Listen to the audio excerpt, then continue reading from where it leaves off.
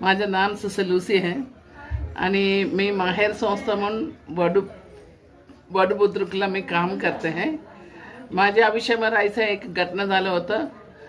एक भाई माझ्याकडे आले होते आश्रय घ्यायला, पण ते द्यायला नाही जमलं मला, कारण माझ्याकडे तेव्हा ना घर ना दार काही नव्हतं आणि तिला मी परत पाठवल्या.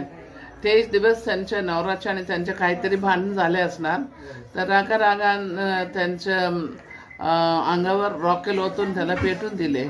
आणि हे भाई 7 महिना गर्भोदर होते आणि मी भरपूर प्रयत्न केलं काहीतरी करायलासाठी, पण जमलेलं नाही मला. आणि ते दोघी जण 23 दिवस रात्री वारलं. त्यानंतर मी माझ्या मनामध्ये ऐकच ठरवलं, ऐशी गरज लोकांसाठी काहीतरी करायचं.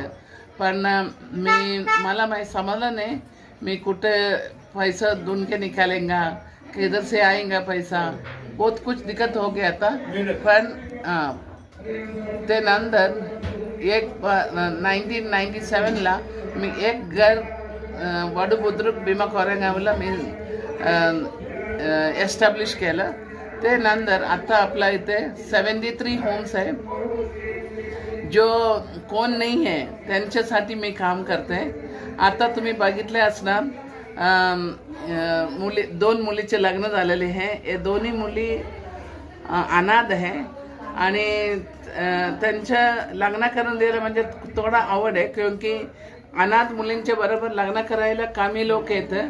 पण तरीसुद्धा मला दोन्ही वधूवरांना खूप चांगले भेटलं आणि आज मी 310 लग्न करून दिलेले आहे आतापर्यंत.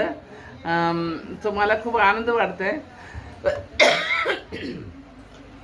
हे सर्व मुलींचे लग्न करून दिले म्हणजे आम्हाला आता नातवंड भरपूर आहे.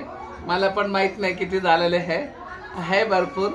आणि इथे आता वडूमध्ये कम से कम 150 मुलं राहते आहे, मुली.